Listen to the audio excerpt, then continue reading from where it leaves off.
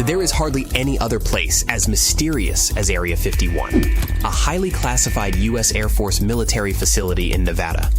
For a long time, the U.S. government didn't even admit it existed. It was shrouded in secrecy, causing all kinds of wild rumors. It wasn't until 2013 that they finally acknowledged both the base and the name Area 51, all thanks to a Freedom of Information Act request, a way regular people or organizations can officially ask the government to share information about what they're up to. What happens there is still super secret. The public is kept out with warning signs, electronic surveillance, and armed guards. Flying over Area 51 is also off limits, but these days, you can now see it on satellite images. The base even has massive runways, some as long as 12,000 feet. Area 51 has become the center of countless conspiracy theories because of its secretive nature and its ties to classified military projects. According to some of the most popular theories, it's used for storage, examination, and reverse engineering of alien spacecraft and the study of extraterrestrial beings. Other theories claim that joint projects with aliens are conducted there. Some ideas involve experiments in weather control, time travel, and teleportation, as well as work on exotic propulsion systems. Many of these theories focus on supposed underground facilities at Groom Lake or nearby Papoose Lake, known as S4. Some of the wilder claims include a secret underground railroad and a hidden airstrip that disappears when water is sprayed on it. In the mid-1950s, when civilian aircraft flew at lower altitudes and military aircraft like the U-2 flew higher, UFO sightings increased. Pilots often reported seeing strange objects, especially during the early evening when the U-2's reflective wings appeared to glow in the setting sun. The Air Force's Project Blue Book investigated many of these sightings, and while they couldn't explain everything, they did eliminate UFO reports caused by high-altitude aircraft. Their wide, disc-shaped fuselage and extreme speeds of over 2,000 miles per hour made them look otherworldly when reflecting sunlight. The rumors surrounding Area 51 probably contributed to keeping the base's operations shrouded in secrecy. In 1989, Bob Lazar claimed to have worked at a secret facility within Area 51 known as Sector 4, located underground near Papoose Lake in Nevada. He said that he had been hired to study alien spacecraft that had been recovered from a crash. According to him, he worked on a UFO that was powered by a mysterious element not found on Earth. In addition to Lazar, there was an interview with a 71-year-old mechanical engineer who claimed to have worked at Area 51 during the 1950s. He described working on a flying disc simulator based on a crashed extraterrestrial craft. He claimed that the simulator was used to train military pilots to fly alien technology. The engineer also mentioned interacting with an alien being called J-Rod, a telepathic translator.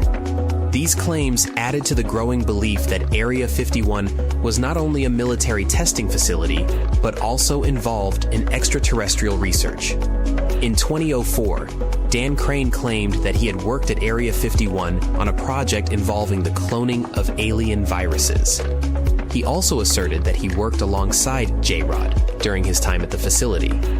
However, his academic credentials are unclear, and he was allegedly working as a parole officer in Las Vegas while claiming to be earning a PhD. In 2019, a viral Facebook event called for people to storm the base to see the aliens. It was named Storm Area 51, They Can't Stop All of Us. They plan to rush the gates of Area 51 and force the government to reveal its secrets about extraterrestrials. The U.S. Air Force, however, strongly discouraged people from attempting to trespass, warning of legal consequences, and the storming of Area 51 never happened. One of the biggest questions that has been torturing the minds of astronomers and common folks is, why haven't we found aliens yet? You'd think with a universe so big and filled with tons of stars and planets, we'd have already bumped into some extraterrestrial neighbors by now. This question was first asked by famous physicist Enrico Fermi during a lunch with his fellow scientists. They were chatting about UFO sightings and aliens, and suddenly Fermi asked, "Where is everyone?" It seemed like a casual comment, but it sparked a huge debate. If the universe is packed with stars, planets, and the possibility of alien life, how come we haven't seen any yet? This discussion gave birth to something we now call the Fermi paradox. It goes like this. Based on what we know, there should be advanced alien civilizations out there, perhaps even many of them. They'd likely have technology that could allow them to travel across space or at least send us signals to let us know they're there. But here's the kicker. Despite all of our technology and all the searching we've done, we haven't found a single shred of solid proof that these advanced civilizations do exist. So where are they? Over the years, a lot of theories trying to explain this paradox have seen the light of day. Let's talk about some of the most interesting ones. The rare Earth hypothesis claims that Earth might just be super rare, and planets like ours, with life, are incredibly uncommon. In this case, we could be the only planet in the Milky Way harboring life, or at least intelligent life. We might also be the first intelligent civilization in our galaxy to reach this level of development. In other words, we could be pioneers, however unbelievable it may sound. At the same time, it's not very scientific to rely on a rare chance. Some people think that maybe advanced civilizations were once here, but left the Milky Way. Perhaps they developed the technology of interstellar travel, enabling them to fly between galaxies. Or they could use other exotic ways, like wormholes, hypothetical structures connecting disparate points in space-time. Maybe they found more interesting and pleasant places to live far away from us. One sad possibility is that when a civilization becomes too advanced, it ends up destroying itself. Whether through war, environmental destruction, or something else, it could be that most civilizations don't last long enough to reach out to others. Now, imagine an advanced civilization being wiped out by a disease before they could even start exploring stars. In other words, it's possible that civilizations just don't survive long enough to meet others. Another hypothesis, not very flattering to us. What if these aliens are using technology that we just don't understand? Maybe they're communicating in ways we can't detect, like using signals beyond our current understanding of physics. Scientists are discussing such possibilities, but haven't found any yet. Aliens might also be intentionally avoiding us. They could be out there but staying silent, not so eager to reveal themselves until we're ready. Speaking of being ready, some people think that aliens could be waiting for us to reach a certain level of development before they make contact. Maybe they don't want to interfere with our growth until we're more advanced. Advanced civilizations could also go into virtual realities. And if they can live in digital worlds, they might stop caring about exploring the physical universe. Why bother? Another wild idea is that some civilizations might go into a type of hibernation, waiting for the universe to cool down, because it might be more energy efficient to do so. And last but not least, there's this creepy possibility that our entire universe is a computer simulation, and aliens are hidden from us on purpose. It's something like a video game that doesn't reveal all its secrets at once until you get to the next level. Now let's talk about the odds of life out there. We know that in just our galaxy, the Milky Way, there are probably around 20 billion planets that are roughly Earth-sized and located in the habitable zone, which means they're just the right distance from their stars to have liquid water. But how many of these planets actually have life? Could it be most of them, just a few, or almost none? And out of the planets that do have life, how many host intelligent beings with technology? In the 1960s, a scientist named Dr. Frank Drake tried to estimate the number of civilizations in our galaxy that could contact us. He came up with a famous equation, later called the Drake equation. It looks complicated, but the idea is pretty simple. It helps us calculate the number of intelligent civilizations based on things like how many stars are born each year, how many have planets, how many planets could support life, and how long a civilization might last. Here's what it looks like. Let's look into this equation in more detail. N is the number of intelligent civilizations that could contact us. R is the rate of star formation in our galaxy. FP is the fraction of stars with planets. NE is the average number of planets per star that could support life. FL is the fraction of those planets where life actually develops. Fi is the fraction where intelligent life arises. FC is the fraction of civilizations that can and want to communicate. L is how long these civilizations last before they disappear. The problem is, we don't know the exact values for most of these factors. So when we plug in numbers, which we know with large errors, we get answers with very large errors too. Depending on the values, the number of civilizations in our galaxy could be anywhere from almost 0 to tens of thousands. Right now, the best estimate we can come up with gives us a very small number, close to 0.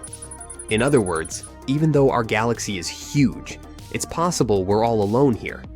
Or nearly alone. One big reason we haven't met any aliens yet is that even if they do exist, we might not be able to visit them, at least not with our current technology. The speed of light is a hard limit in physics, meaning nothing can travel faster than it.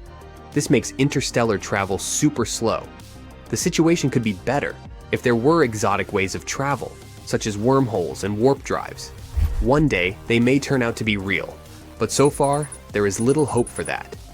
Even if we can't meet aliens face to face, there are still ways we might discover them. One of the biggest projects is called SETI, Search for Extraterrestrial Intelligence. SETI scientists use huge telescopes to listen for radio signals from distant planets. If an alien civilization is sending out signals, we might be able to pick them up. And if we have a very powerful telescope, we might use it to take super detailed pictures of distant planets, maybe even Earth-like ones, hundreds of light years away.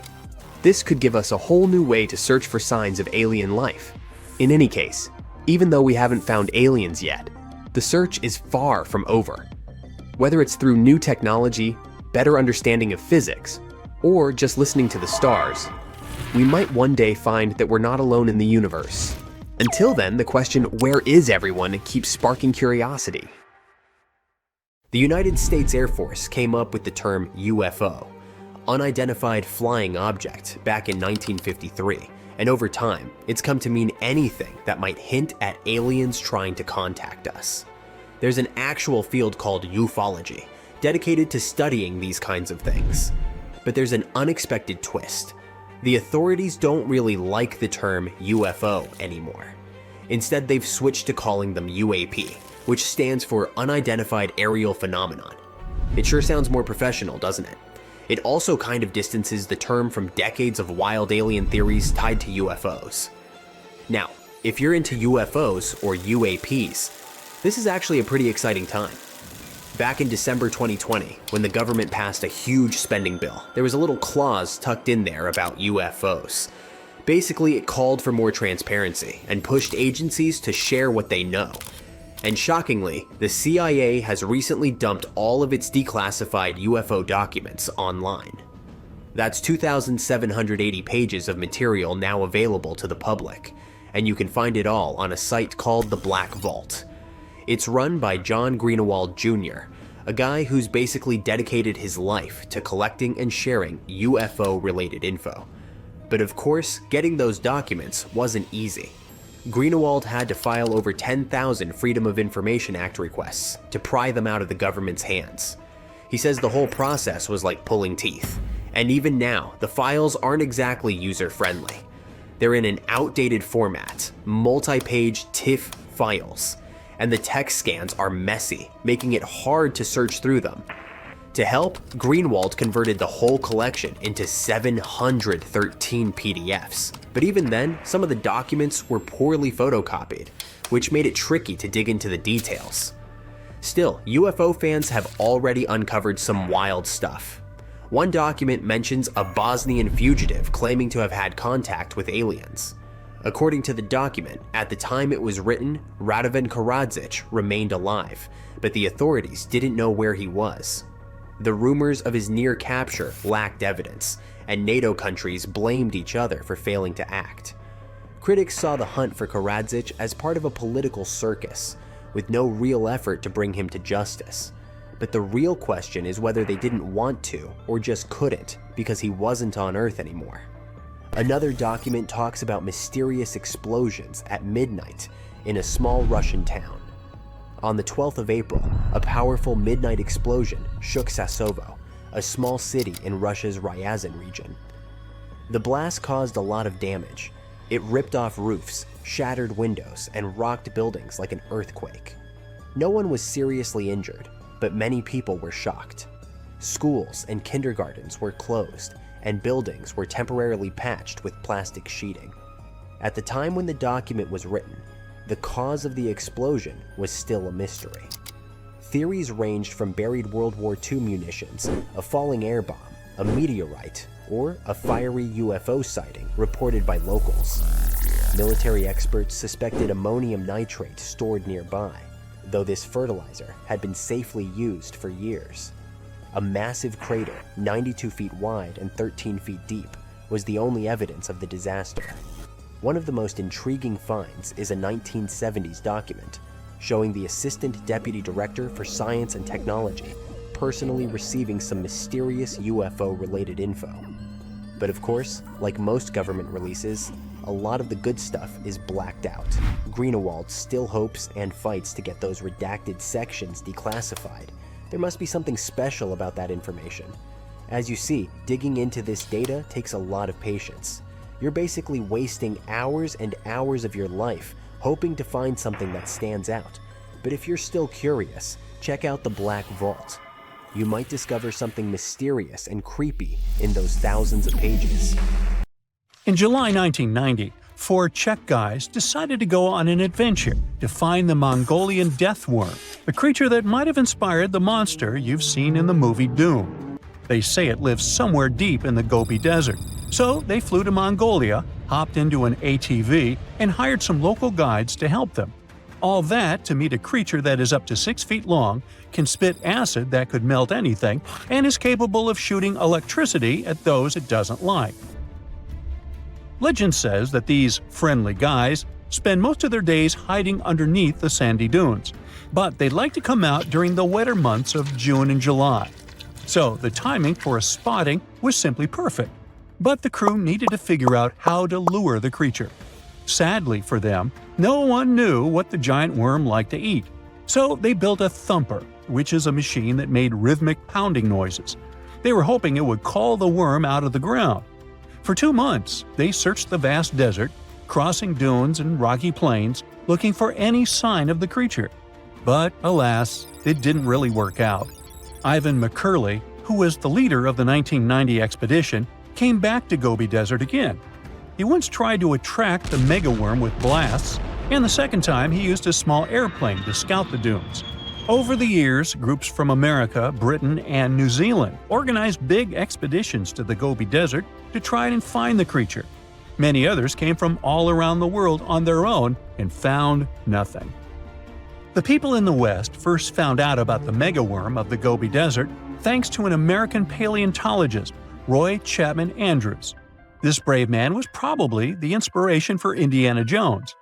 In 1926, he wrote about the creature in his book. At a meeting with Mongolian leaders, Andrews heard detailed descriptions of the creature, even though none of them had ever seen it themselves. One of them described it as looking like a sausage, about 2 feet long, with no head or legs. According to him, the worm was so venomous that just touching it could instantly take your life, and it lived in the loneliest parts of the Gobi Desert. Andrews didn't think the creature was real, but he shared these stories again in another book. In May 2005, 4 friends from Great Britain who search for monsters professionally decided to try their luck. They made drawings of the worm and hired local people to hand out flyers all over the Gobi Desert. These flyers offered a reward to anyone who could give information about the worm or even bring them a specimen. They thought loud sounds that other explorers tried would scare the beast away. Some told them it likes damp conditions, so they came up with a plan to block streams of water to create wet areas that would lure the worm out. Their plan didn't work because it was too hard to build dams in the desert. They ended up using small traps, but didn't find any actual proof that the worm existed. But they did meet locals who shared interesting stories about strange creatures they had seen over 70 years. Over the years, stories of the monster spread around the world. In some of them, it's only 1 foot long. In others, it's as large as a human. It's white-gray or scaly and brown, or maybe fleshy and bright red. Someone said it resembled a snake, or maybe a caterpillar, or maybe it has wings and can fly. And some believe it could be a supernatural evil being without a body. Maybe the stories are so different, and the search operations are so fruitless, because the creature doesn't even exist. Or it could be one of many cryptids. Those creatures like Bigfoot, Yeti, the Loch Ness Monster, their existence has yet to be proven. In 1983, one scientist who was visiting the region heard that an old man had managed to catch the mysterious worm. He also learned there was a nest nearby. The scientist bravely approached the hole in the sand and put his hand inside. A giant creature dragged him in, and he was never seen again. Just kidding. He actually found a Tartar sand boa inside. It's a chunky, burrowing, non-venomous snake that has small eyes and gray-brown scales. He showed it to the locals to verify if it was the monster, and supposedly all of them said yes. Most Mongolians who know about the worm still believe it's real. Now, even though people call our supposed monster a worm, it's just what it sounds like in the English translation. Many Mongol cultures have used this word for centuries to refer to any animals they thought to be really dangerous, especially snakes, even non-venomous ones. So, it doesn't have to be a literal worm after all. Worms are soft and squishy, but a creature living in the harsh Gobi Desert would need to be tougher, more like a snake or a type of lizard without legs. Neither of these creatures can shoot electricity or spit acid like they say the death worm does. But some snakes, like cobras, can spit venom that's dangerous for people. If it were real, the creature would have a backbone, and explorers searching for it would likely find some bones or evidence left behind. And there are actually fossil remains all over the Gobi Desert. Scientists found representatives of over 80 dino groups here over the last almost 100 years. It all started with the world's first dinosaur egg nests. This discovery changed all the scientists knew about dinos. It was the first proof they laid eggs. In the following 2 years, the same expedition team unearthed over 100 dinosaurs and took them to the American Museum of Natural History, where you can still see them today. Some of them were swimming around in the Cretaceous Sea that used to be here about 71 million years ago. They resembled modern birds. The mystery of the megaworm is still unsolved, but there used to be another mystery scientists finally managed to explain. Back in the 13th century, a famous traveler, Marco Polo, not the guy from the swimming pool game, crossed the Gobi Desert. He thought he could hear mysterious noises, like the sounds of musical instruments such as drums. He wrote about it in his book and believed he might be hearing the voices of restless spirits. Scientists call these noises singing sands or booming sands. Unlike the squeaky sound you might hear when walking on a sandy beach, these desert sounds are much louder, like a musical instrument playing deep, haunting notes. Over the years, people came up with all kinds of ideas about what caused the sounds, like underground water or winds making the sand vibrate. Not all dunes can do this, and scientists wanted to figure out why. Sometimes the winds might cause a small avalanche on the side of a dune, and then you can hear the magical sound start. But this is rare. So, to study it, scientists had to help the dunes sing. They climbed to the top of a dune and slid down on their backs, using their hands and feet to push sand down. As the sand tumbled, the sound started softly and got louder. They could even feel the vibrations with their hands. So, they found out that for a dune to sing, a few special things need to happen. The grains of sand must be the right shape. The dune has to be big, and the sand must be very dry, so no singing after it rains. Inside the dune, there's a hard layer of packed sand that acts like a giant speaker. This layer bounces the sound waves back and forth, makes the noise louder and louder, and creates a haunting melody that can fill the desert air. In other words, the dunes can play tunes. Yeah, sorry, I couldn't help myself with that one. Okay, what if I tell you that the extraterrestrials we all imagine as little green men may actually look like very normal Earthlings and chill in Europe? This is the Iberian Peninsula, and people living there are under suspicion. Ooh. Here's the reason. Somehow, parts of the most important artifacts that the Iberian civilization called Treasure of Valena are made of metal that simply can't be found on Earth, because it's metal from a meteorite. Now let's tackle this step by step. This is the artifact itself, and it's composed of 59 different objects. Bowls, bottles, and bracelets. Is there a pattern there with all those bees? In total, the find weighs around 20 pounds, of which 18 pounds are 23.5 karat gold. Now, if you're not a metal specialist, I'll clarify it for you right away. For comparison, 23 karat gold is 95.8% pure gold, so 23.5 karat is even purer. The remaining percentage goes to other metals to help add strength and durability to the precious alloy. There was also silver, iron, and amber in that set. The artifact could have been pretty straightforward, but for these two, let's call them imposters. Look at this wrought iron bracelet and this hollow hemisphere. Can you see that? Those rusty lines on the hemisphere and the overall weird color of the bracelet do stand out, since everything else is made of purest gold. This all started back in 1963, when a researcher noticed a dark leaden metal among the shiny bowls and bottles. The metal was shiny in some areas and covered with a ferrous-looking oxide that was mostly cracked. Now, just so you understand, gold does not usually act this way. Gold is one of the least reactive of all metals, so it won't even tarnish, let alone rust. To figure out where this suspicious iron came from, researchers turned to mass spectrometry, which checks out the mass-to-charge ratio of molecules. Their findings showed that the nickel in the iron is similar to that found in meteoritic iron. Simply put, the bracelet and the hemisphere are of extraterrestrial origin. Now, the exact age of the trove is hard to determine, yet it's crucial. We need to know the exact age to see if it coincides with the start of the Iron Age in the Iberian Peninsula. If it does, then no further questions here. But if it doesn't, well, it's, at the very least, weird, if not suspicious. So there's this three-age system. It comprises the Stone Age, then the Bronze Age, and then the Iron Age. The Stone Age is of no importance here, so let's compare the Bronze and the Iron Ages. The Bronze Age began when it was realized that combining copper and tin produced a material that was more durable than either metal alone. This era was all about major upgrades in tools and weapons, but two standout inventions were writing systems and the wheel. Then came the Iron Age.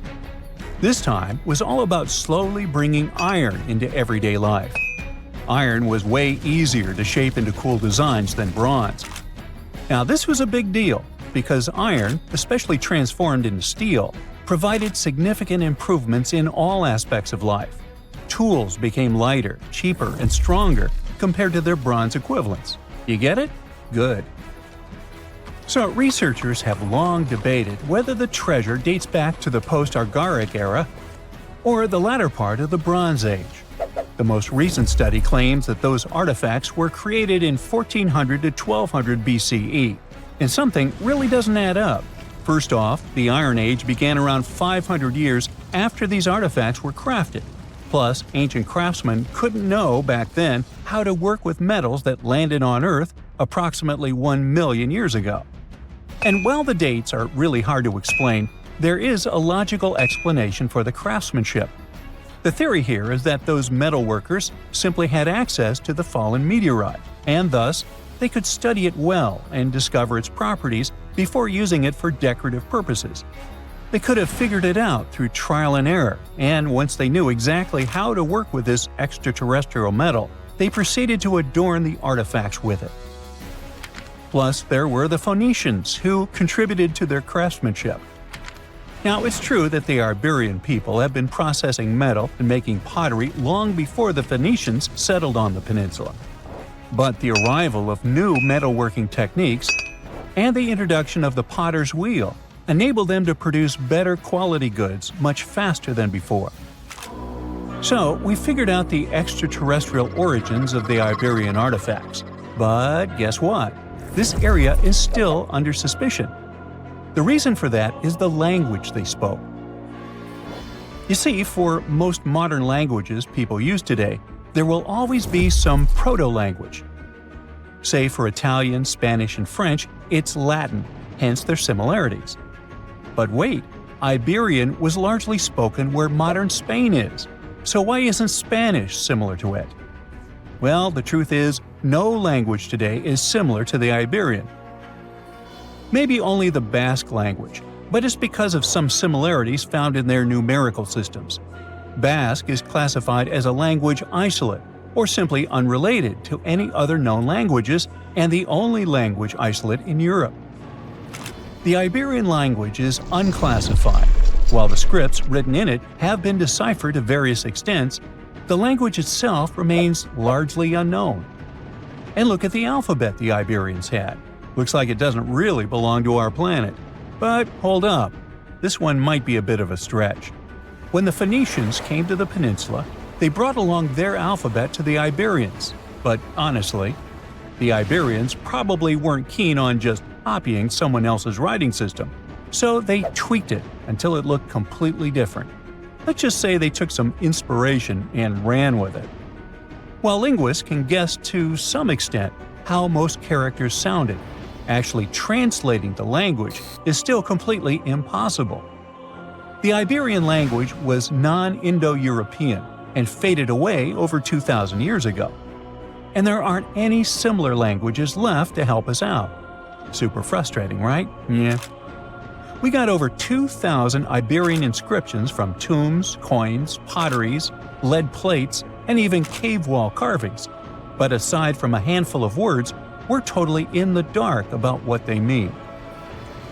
Now, if we could understand their language, we might have learned that they were great thinkers and all, but we can only contemplate the works of art they left.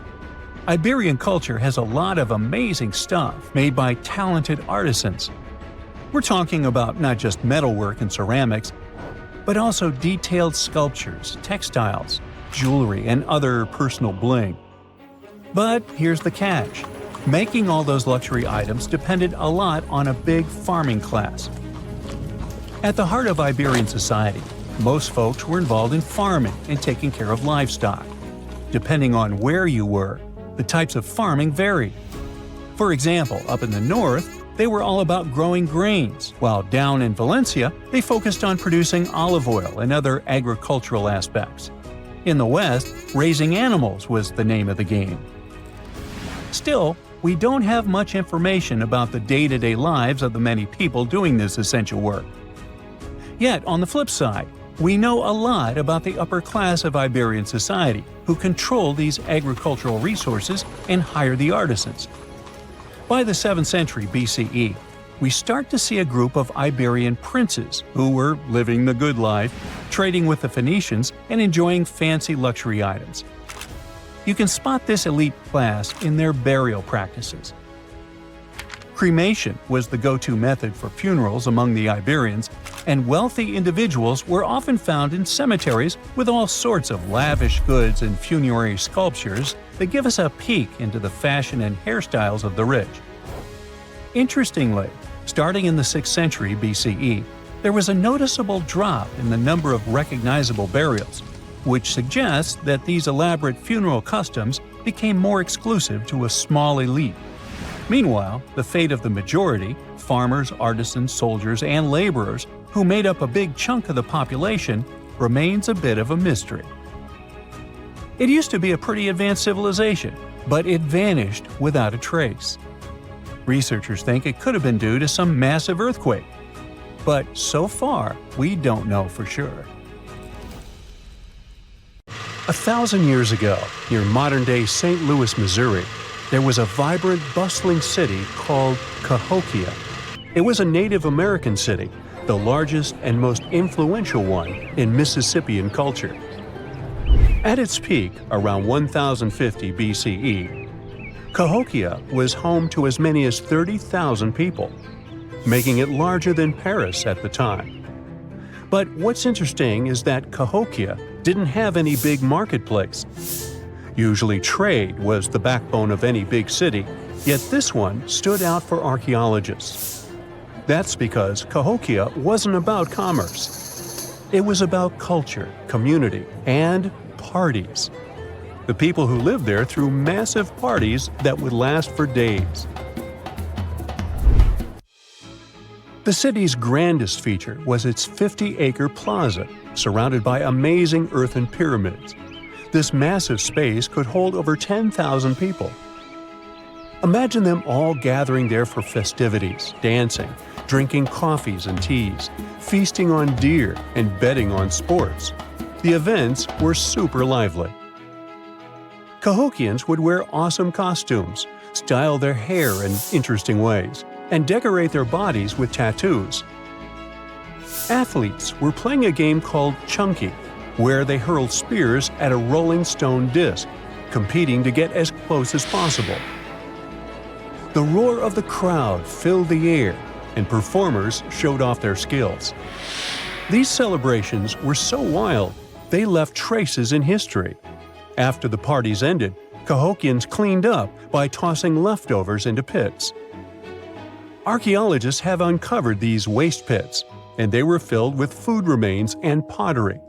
One pit alone contained the remains of 2,000 deer, and that's from a single event. They also found traces of yaupon holly, a caffeinated plant that was traded from hundreds of miles away. This just shows how much effort and thought Cahokians put in their celebrations. Would you like to live in a city like this? But aside from all the fun and games, Cahokia was also deeply complex and spiritual. The city was built on a landscape that mixed dry land with swampy patches. Many people believed that this symbolized the connection between the world of the living and the dead. The people of Cahokia saw their city as a bridge between these two realms. They built earthen mounds, both for ceremonies and rituals, and as construction support. These mounds rose from the swampy areas. Meanwhile, people settled in the drier spots. Elevated pathways connected these neighborhoods, creating a physical link between life and death. Isn't it sad that some ancient metropolises that rival modern cities in scale just disappeared? Cahokia's story came to a quiet end around 1350 CE, when the city was abandoned, all due to changes in environments and weather, floods, and other problems. But the influence of Cahokia was so big, it spread to distant places. Some of their traditions, like chunky and yaupon tea, have survived in native communities to this day. Today, Cahokia is a UNESCO World Heritage Site, and it's not the only megacity we lost. About 5,000 years ago, people in the Indus Valley built some of the world's first cities. Mohenjo-Daro was an ancient city in what is now Pakistan. The city was built around 2500 BCE, and back then, it was a thriving hub of the Indus civilization. Sure, it was much smaller than modern cities, but it was quite huge at the time, around 40,000 inhabitants. It looks like the locals were crazily strict and disciplined people. The city's planning and organization were incredible. It was laid out in a grid pattern. Streets and important buildings aligned along the north-south axis, probably to match the movement of the sun and moon. They also built one of the most advanced systems for water and waste management of their time. The city had about 700 wells. Nearly every house had its own. Most homes also had private bathrooms with drainages and even underground sewers. This shows how skilled these people were at staying clean. And with all this discipline, it looks like there were no kings, queens, or even a central government. They could still have some authority, like local elites or elected officials, just not a classic strict monarchy or religion. Instead, people there cared about simplicity and order.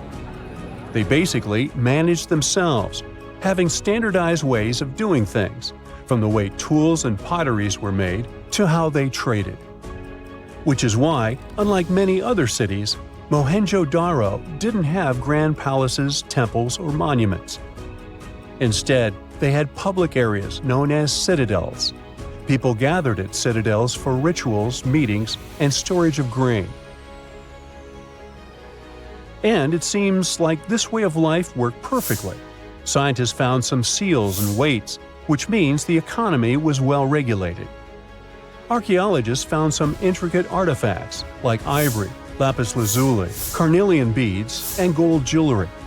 Another famous find is the small bronze statue known as the Dancing Girl, which was discovered in 1926. Mohenjo-Daro wasn't poor at all. And they also pulled off some awesome buildings. Staying clean was clearly way more important to them than displays of wealth or power. So they created the Great Bath, one of the most famous structures in the city. It's a large, watertight pool built with baked bricks, perched on a mound of earth, being almost a religious place, the closest thing they had to a temple. Meanwhile, the city itself was built on a series of mounds. They grew taller over the centuries as people added new houses and structures. Why did the city fail? No one really knows. There's something mysterious about the sculptures archaeologists found. Many of them seemed intentionally broken. This means the city's later inhabitants, maybe invaders or something, destroyed them for some reason. Some scientists think that the Indus River may have shifted course, disrupting agriculture and trade. But there's no evidence of a flood or any big event like this. It just seems like, over time, the entire Indus civilization just gradually faded away. By 1900 BCE, the culture had shifted and didn't leave much behind. Let me tell you now about the ancient city of Kos, which is located where the modern town of Kos now stands in Greece. Imagine arriving by sea, and the first thing that hits you is the sheer grandeur of its agora, this massive public square built with stones in different colors, laid out on terraces that rise above you. It was one of the biggest in the ancient world, and it made a great impression on anyone approaching the city. This place has a rich history dating back to around 2300 to 2200 BCE. A long time ago, local folk gathered up from different parts of the island to form a new city in the northeast. People have lived there since the Bronze Age, and over time, it became a super important center of culture and trade. And no wonder, since it's right near a natural harbor. The harbor was sheltered by two breakwaters, and people built some of the most important religious sites there, including the sanctuaries of Aphrodite and Hercules. Kos wasn't just beautiful, though. It had some brilliant design. The whole city was laid out in a neat grid, with streets crossing each other at perfect right angles, literally looking almost like a modern city. Thanks to this, moving around was super easy, and the blocks, or insulae, were big enough to fit several large houses. Kos remained largely unchanged until the 6th century CE. Over time, it started gradually shrinking in size, confined within the walls of what is now the Chora neighborhood. Meanwhile, Palmyra was an ancient city built around a beautiful oasis sometime around the 3rd millennium BCE. Originally known as Tadmor, this city flourished as a major stop on the Silk Road, linking the Near East with Asia. It was a thriving center of trade and culture. They had a marketplace, assembly buildings, grand gates. In other words, this place was bustling with life. The city has been through many hands throughout its history, from the Byzantine to Arab caliphates, which is probably why it had some awesome architecture.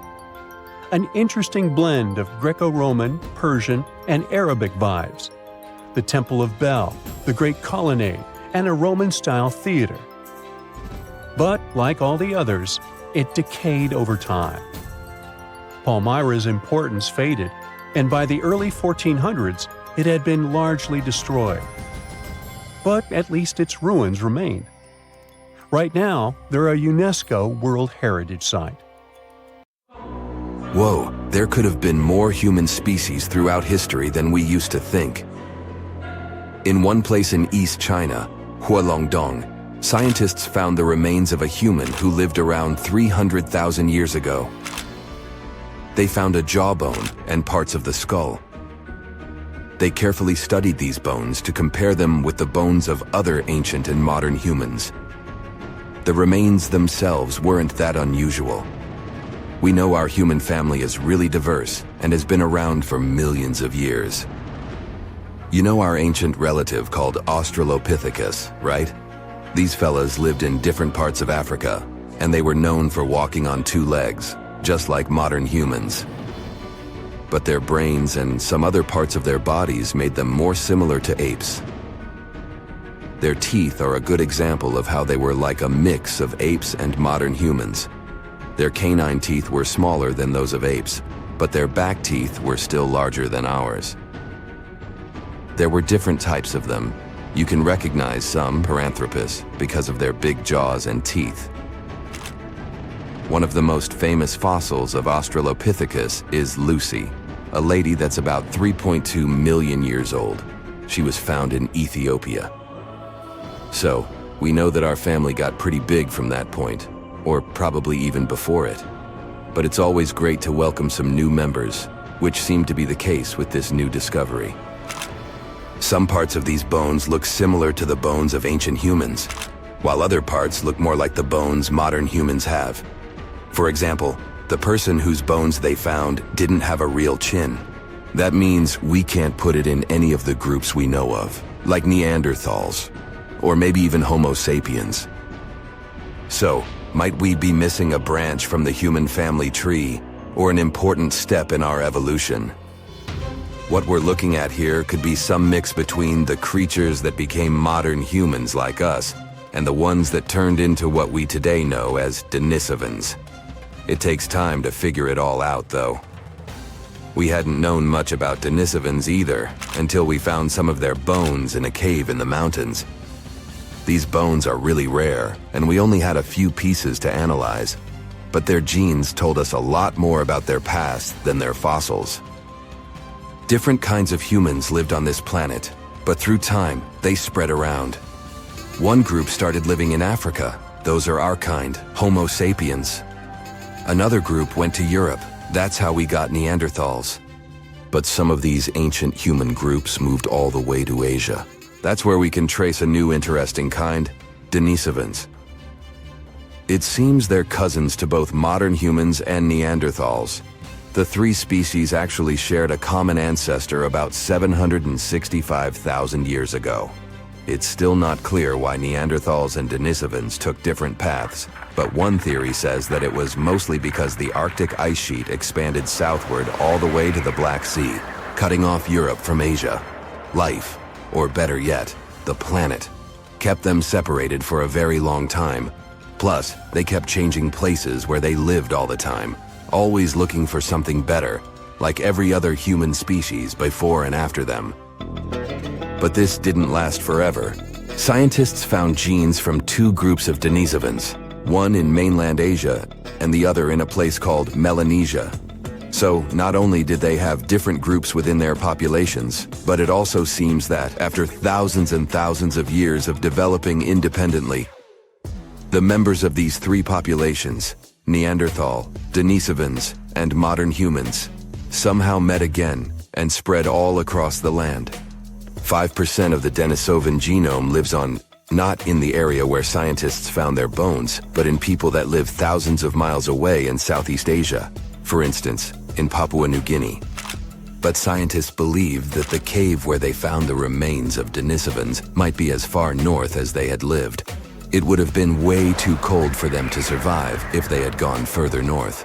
From there, they traveled as far south as Indonesia. This was possible because, during their time, sea levels were lower than today. So Indonesia was connected to mainland Asia. But they probably didn't make it to Australia since it was still separated by water. These three groups mixed together too. Scientists have found a bone of a girl who had a Neanderthal mom and a Denisovan dad. It's the only first-generation hybrid human we've discovered. She even got a cool nickname, Denny. One of the mysteries about Denisovans is how they disappeared. Maybe they mixed so much with other humans that they just blended in. Or it's possible that modern humans' ancestors were stronger, had better tools, or even brought some diseases that didn't affect them, but affect Denisovans. Climate and where they lived might have also played a role. Denisovans lived in a wide range of environments, from cold parts of Asia to tropical Indonesia. Climate changes and the challenges of different habitats might have been really difficult to survive. But it's hard to draw strict lines in our family tree. We're still relatively new at learning about it anyway. Who knows how many new members we are about to discover? Half a century ago, a team of scientists had an idea that a collection of fossils they found at the Great Rift Valley in Tanzania were actually the remains of some new human species. Yup, that was the time when we welcomed Homo habilis into the family. It was a big discovery at that time since people mostly believed that the story of our evolution had been really simple. First, there were Australopiths that looked like apes. After them, there was Homo erectus, the upright man. They most likely lived in Africa around 2 million years ago, but also expanded really quickly across Eurasia.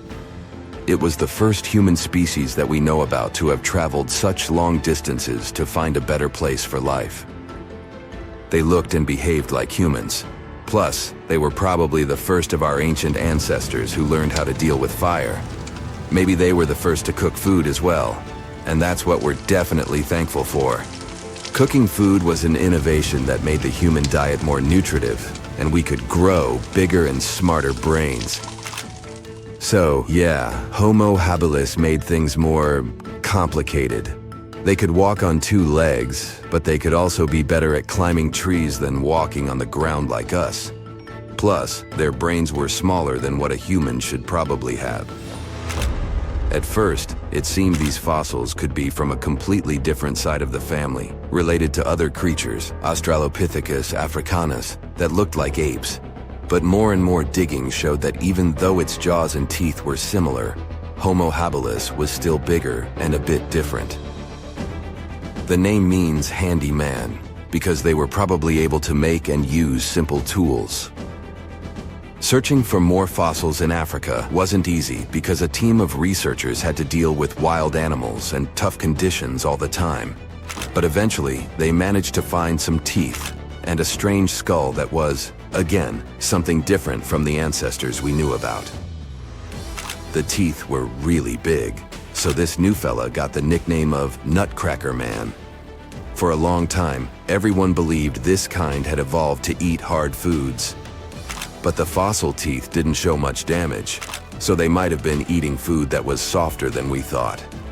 This finding might help us understand how our teeth have been evolving through time, too. And right there, in the same layers of soil where Nutcracker Man was lying, they found ancient stone tools.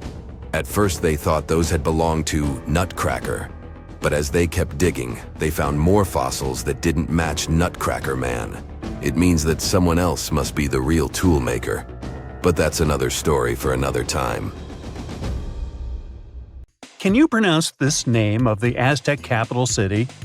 Yes, it's quite difficult to say in English and above my pay grade. Okay. It's Tenochtitlan. And Mayan cities are hard to pronounce too. Consider Jaxchilan. They must be part of the same language, right? Well, not really. The Aztecs and the Mayas were among the most famous Mesoamerican peoples. That's present-day Central America. But they didn't speak the same language, and they weren't even the same civilization. The two nations lived in different eras.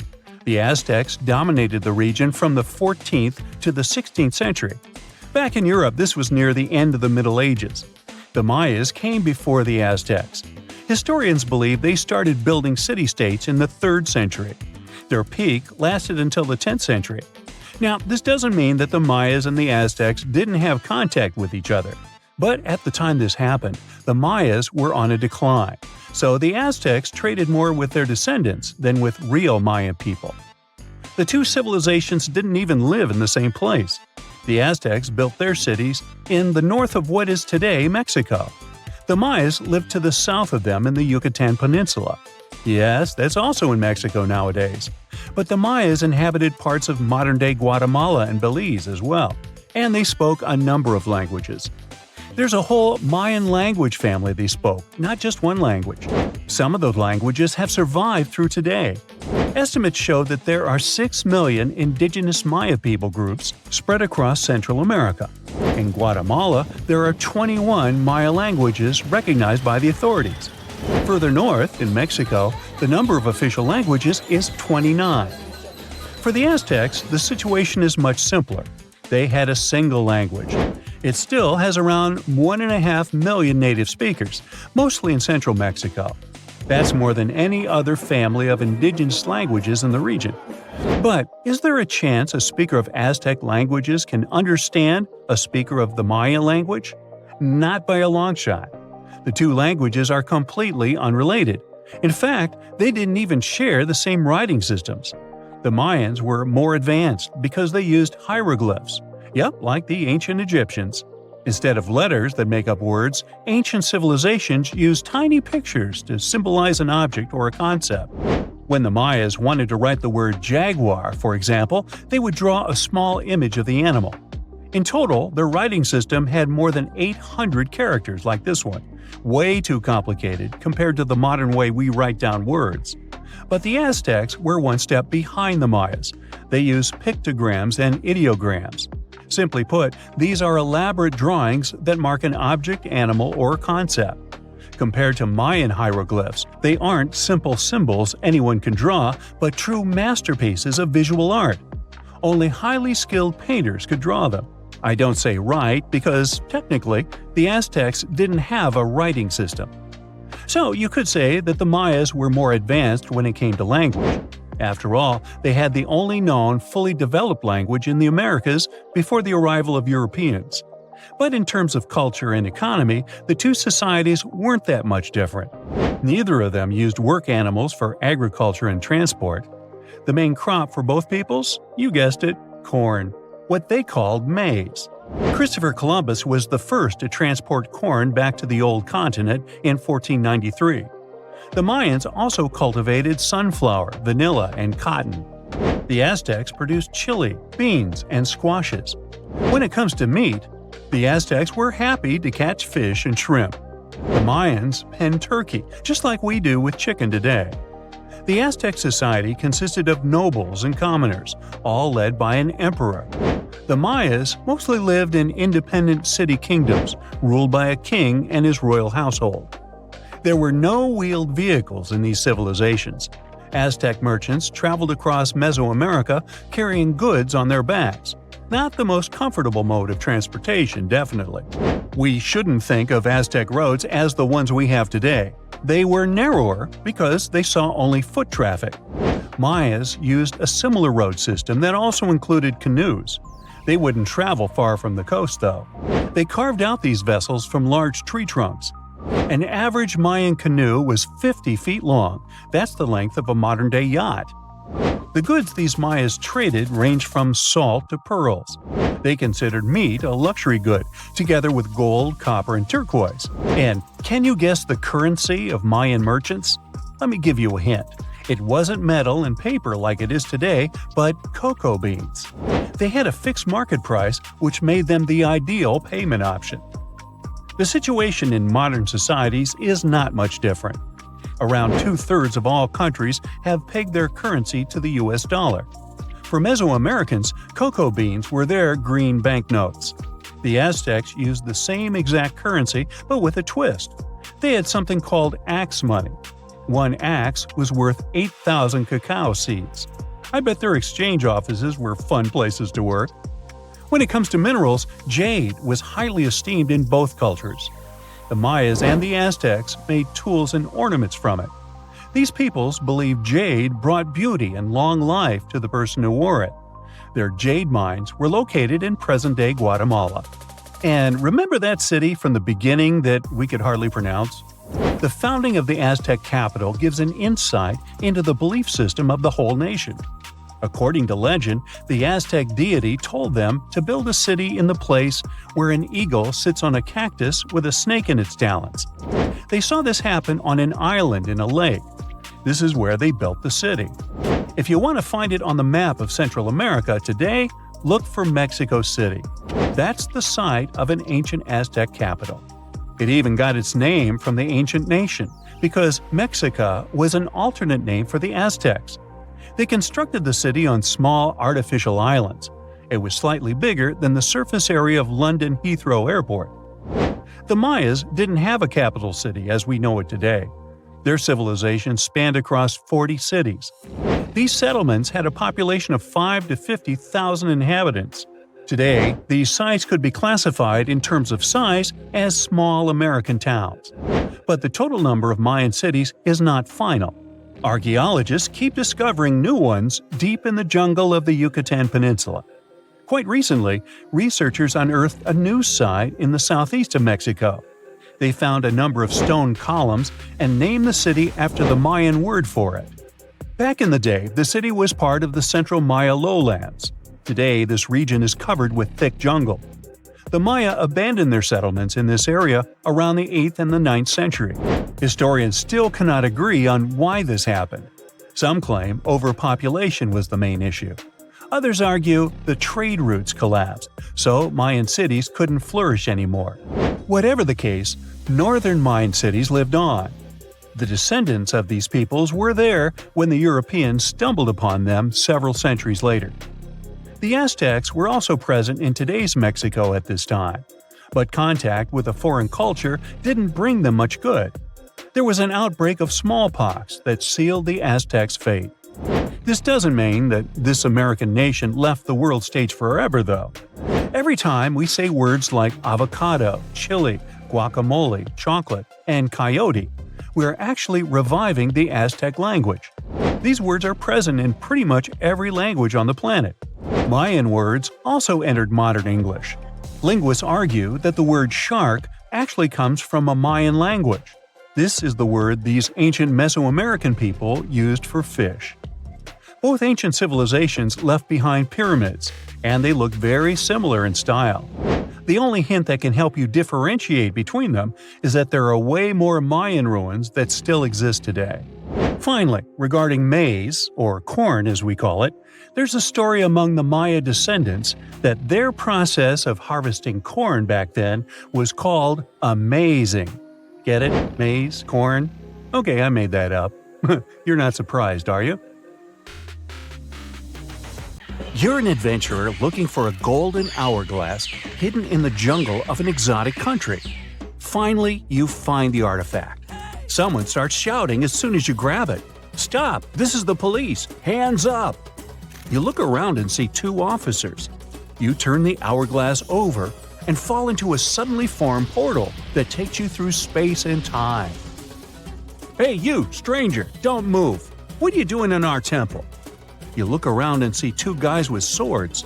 They're the police of ancient Babylon. The vast kingdom in Mesopotamia was the first in history to invent a list of laws and punishments for their violation. The list of these laws was called the Code of Hammurabi and contained 282 laws. They were carved on stone pillars around the 10th century BCE. The laws had rules about the family and behavior in society, and generally were similar to the laws of modern civilizations. The authorities of Babylon created special police squads consisting of locals. Their goal was to monitor public order and ensure no one broke the law. Some records of the squad's work have survived to this day. They talk about how the ancient police stopped noisy feasts, monitored tax payments, and searched for thieves and looters. In general, their routine was similar to the routine of modern police. They guarded temples and made sure that nothing was taken from them. You're now in their temple, holding the golden hourglass. The sand pours down, and you teleport to another place. It's the 14th century. You're in Nigeria, on a hot plain under the scorching sun. You hear someone approaching you from behind. "Stop! Don't move! Your fate will be decided at the meeting." Two Okanko guards, members of the Ibu ethnic group, walk to you holding spears. Okanku consisted of rich and poor people, young and old. They were the judges of justice and ensured that no one violated the laws. Each village had its own Okanko squad. They severely punished those who cheated or harmed other people. Okanko also solved land disputes. Before passing a verdict or sentence, Okanko discussed it at public meetings. You haven't broken their law, but you're a stranger in their village, so they want to grab you. Fortunately, the hourglass transports you out of there.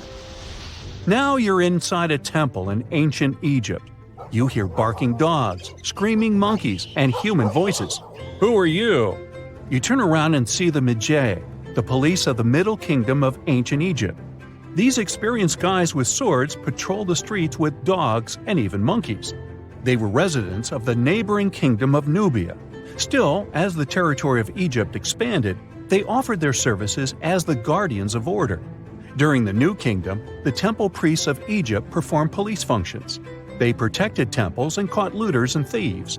If someone stole something from a temple, temple priests arrested the thief and conducted their own investigation. They won't investigate anything this time as you disappear and continue your journey. You're in a hot jungle now. You can see large stone buildings through bushes and trees and hear a flowing river and people's voices.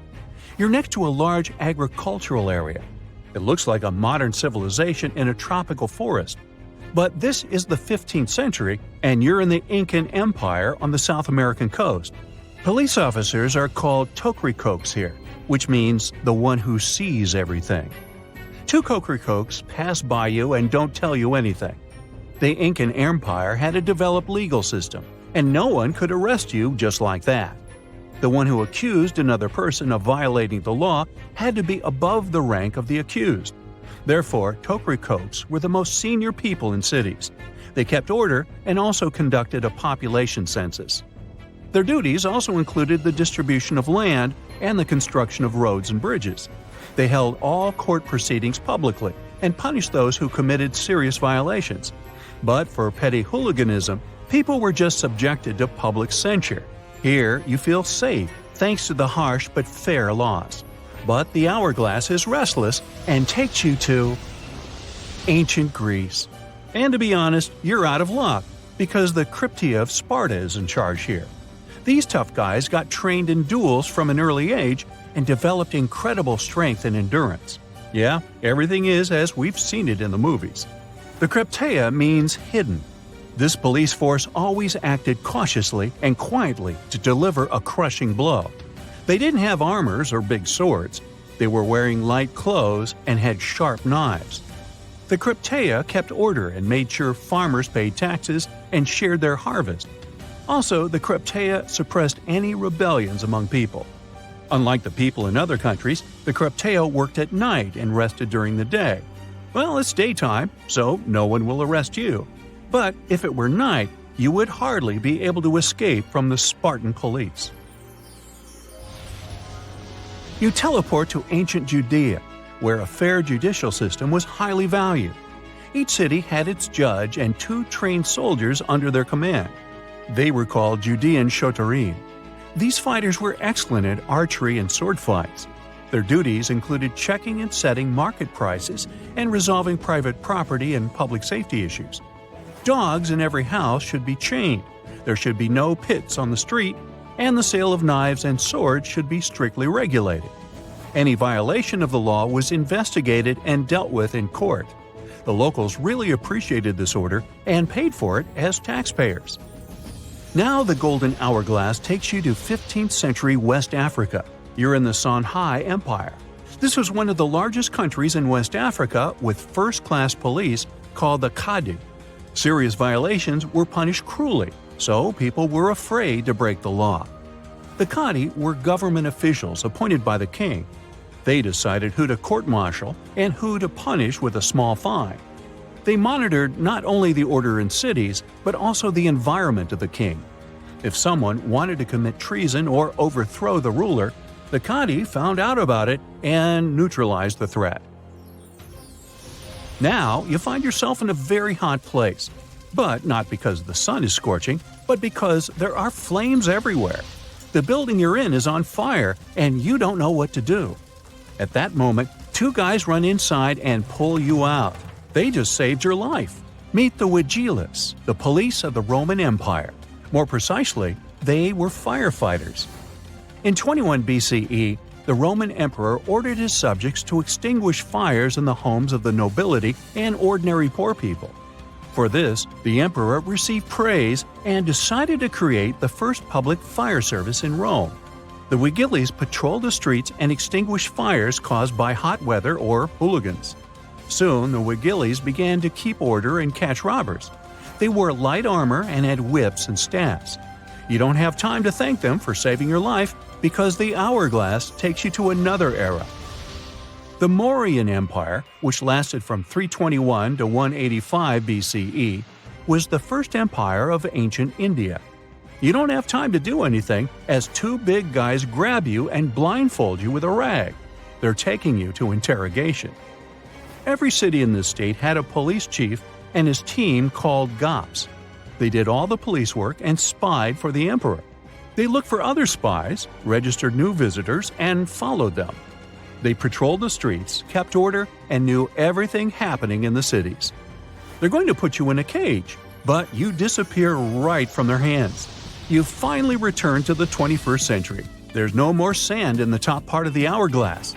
So you ponder committing a small robbery to see how modern-day police will respond. But then the hourglass reappears and drops you into prison so you can get a close-up view. Then you wake up. In the middle of a dense, foggy forest, you spot glowing red eyes. Suddenly, a strange clicking sound breaks the silence. It's not just in your head.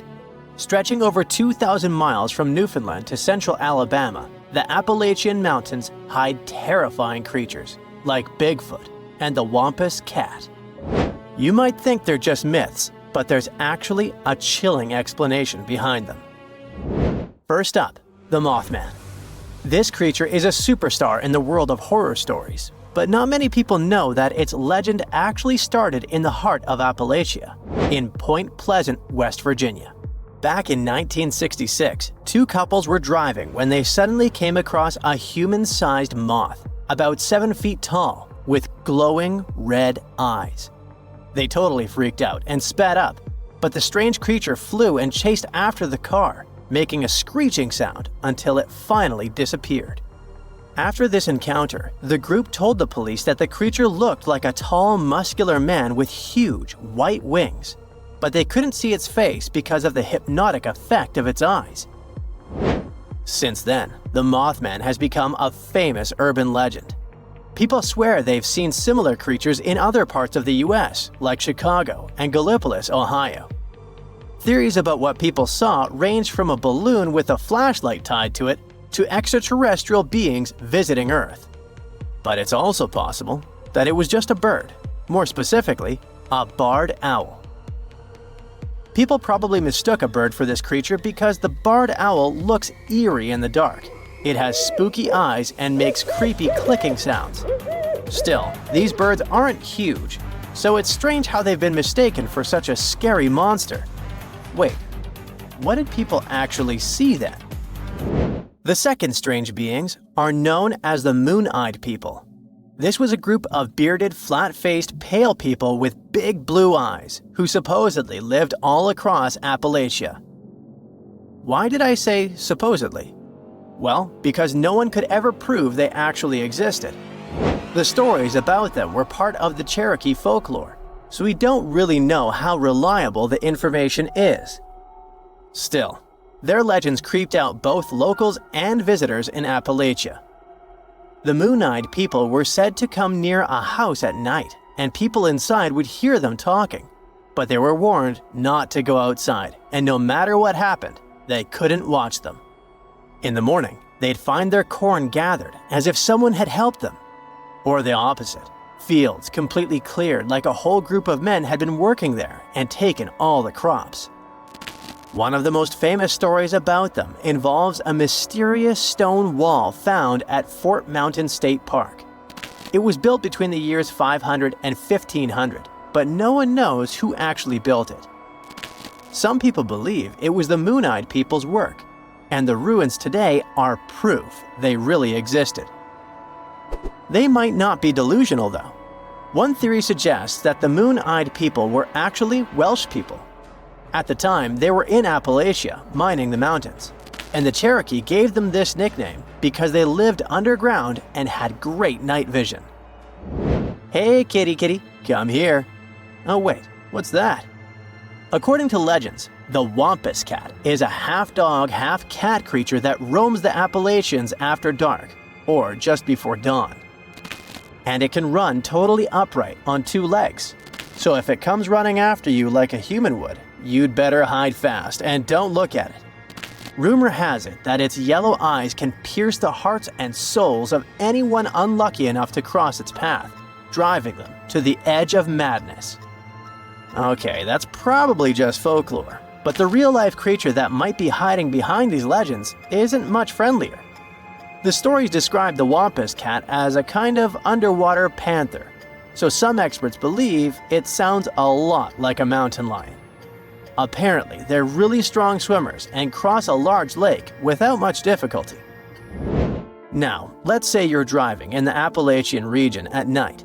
Suddenly, you spot an animal in the middle of the road.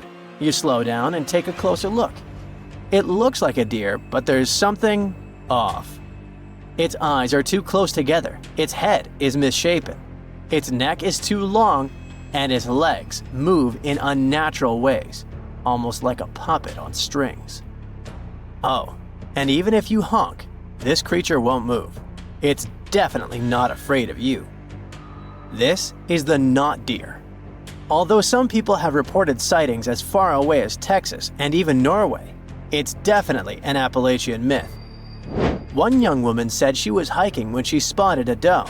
Suddenly, the animal looked right at her, and she noticed that all of its knees were bent backwards.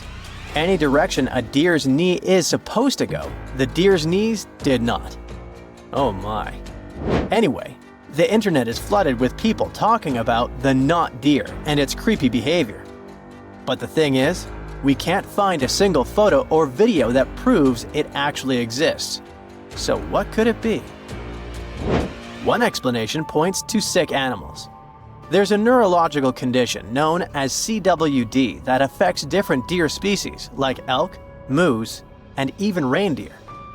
It causes the brains of infected animals to degenerate, leading to loss of body functions and abnormal behavior.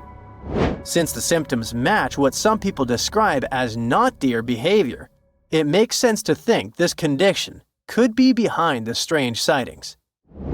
The last creature on our list, the one and only Bigfoot. You know, that large, hairy, human-like creature that walks upright and roams the dense forest in the US. In the Appalachian Mountains, there have been Bigfoot sightings from the Adirondacks in New York all the way down to the Blue Ridge Mountains in North Georgia.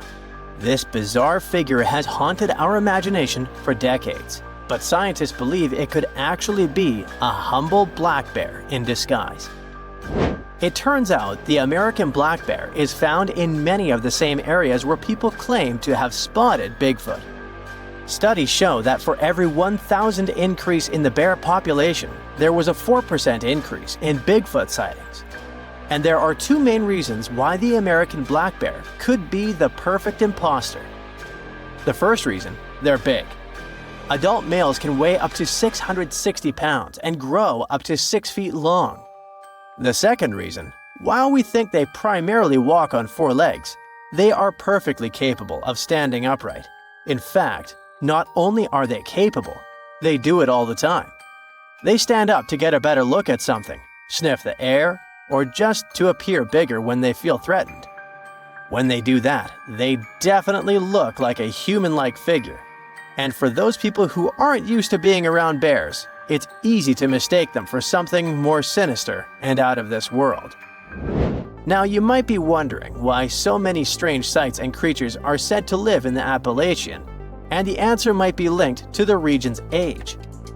The process that led to the creation of these mountains has been going on for over 480 million years, which means they're older than Saturn's rings, for example.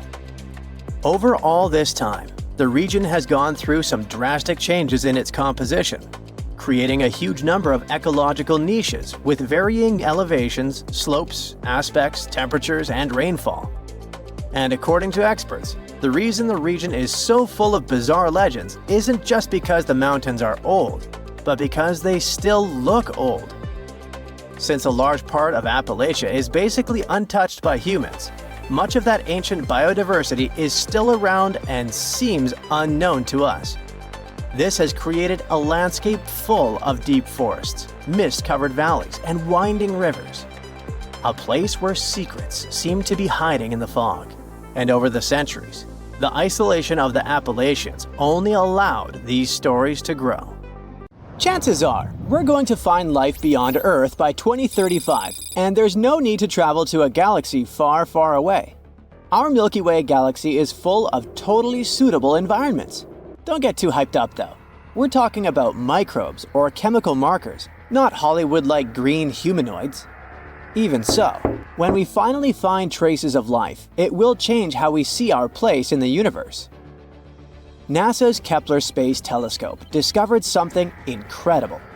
Almost every star has planets, and many of these planets might be habitable. Rocky planets like Earth and Mars are even more common in our galaxy than gas giants like Saturn and Jupiter. Also, we already know that our galaxy is very rich in water. There's water in interstellar clouds where stars and planets form, in the debris disks around other stars, in comets, just everywhere. What's really hard though is finding life itself. Ideally, to finally find it, we need to land on every single planet out there and literally check under each rock. But thanks to the newest research, we can at least narrow down the search to potentially habitable worlds. The James Webb Space Telescope, a super powerful telescope that was launched into space in 2021, is onto this. It checks the atmospheres of nearby super-Earths, rocky planets that are a bit bigger than Earth. It searches for life-related gases, chemicals that can only be produced by living things. And they already found some clues. For example, they detected signs of such a chemical on a planet called K2-18b. This planet is 120 light-years away, which is pretty close on a space scale. This planet is in the Goldilocks zone, which means a zone around the star where the temperatures are just right for liquid water to exist. It orbits a red dwarf star, the smallest type of star there is. Such stars are a bit fainter than our Sun. It will take about a year to check if these hints of life are real. If so, it would mean that life is much more common than we previously thought. But even if it's not, there are 10 more Goldilocks planets on their list to study. The James Webb Space Telescope is a very cool tool, but it has limits. It can't detect small Earth-like planets due to their size. To fix this, NASA plans to launch another tool, the Wide Field Infrared Survey Telescope. This one will be even better at spotting such planets and life-related chemicals. And also, we have the SETI project. SETI stands for Search for Extraterrestrial Intelligence. This project has been on a hunt for extraterrestrial creatures since the 1980s. They also believe that we'll find signs of life within the next 10 years. Not so long ago, they started a super big and cool project. It's called COSMIC, and it uses an array of radio telescopes in New Mexico. You might have seen those in the movie Contact. COSMIC allows scientists to listen to hundreds of thousands and potentially millions of star systems at the same time. If there are any interesting signals, scientists can check them right away, instead of waiting for weeks or even months. The signals themselves are often very sudden and short, but COSMIC can detect even the shortest ones that last nanoseconds. COSMIC can also help with other research, like studying mysterious and unexplained fast radio bursts, or even dark matter. This is the biggest and most powerful tool for searching for extraterrestrial life we've ever created. But it's not enough to just listen. Why don't we reach out ourselves? NASA has sent some signals into deep space. In 2002, their Deep Space Network sent a signal to the Pioneer 10 satellite. But there was an obstacle in the path. a white dwarf star 27 light-years away from Earth. If there's a planet around this star, perhaps the signal reached them too. If there are any intelligent species there, we could receive a reply by 2029. The DSN keeps sending powerful transmissions into space. These signals will bump into 222 stars within the next 3 centuries. Maybe someday we'll receive a reply from somewhere far away. But why haven't we received a response yet? There are about 200 billion galaxies in the universe, each with around 100 billion stars. If just 1% of those stars had one planet, that's still 200 quintillion possible planets. And we can narrow it down even further. If the chance of them having life is 1 in a trillion, that would still leave us a few 100,000 planets. So, where is everyone? This is a famous question known as the Fermi paradox. The first possibility isn't that terrifying. It's possible that the universe is full of life, but this life isn't intelligent in our traditional sense. Some planets might have microbes, birds, or space dinosaurs. This is called the Great Filter Theory. It suggests that there are certain filters that life has to overcome in order to become intelligent, and maybe other species just haven't overcome them yet. Think about it. Life on Earth started in the ocean, then crawled onto land, diversified into many forms, went extinct in massive events 5 times, evolved again, and eventually led to humans. We built societies, developed healthcare, and only then started searching for another life. There's another idea called the Gaian bottleneck hypothesis, which suggests basically the same thing. While it might not be too hard for basic life to start, it's incredibly tough for that life to survive and thrive over long periods. Venus might have had oceans and Earth-like conditions too, but something went wrong. Its oceans boiled away because of a runaway greenhouse effect. Now it's sterile. Mars also had liquid water on its surface once, and both the Moon and Mercury had thick atmospheres for a short time. Meanwhile, Earth has had liquid water on its surface for almost its entire existence. It's super rare and remarkable for a planet to hold temperatures from 32 to 212 degrees Fahrenheit for millions of years. So, maybe it's a mistake to look for intelligent life, especially the one that uses the same technology as we do. It evolved under completely different conditions after all. That's also where the so-called Drake equation comes in. It's a formula that gives us a chance to calculate the potential of life becoming intelligent on a planet. To calculate the result, we need to know several variables: how many stars there are, how many of them have planets, the chance of these planets having life, and so on. Unfortunately, we don't know these numbers yet, and the result might be insignificant. But let's assume that there is at least one other intelligent species. Why haven't we met yet? There might be many reasons. Maybe they don't think we're interesting enough, or maybe the problem is with us.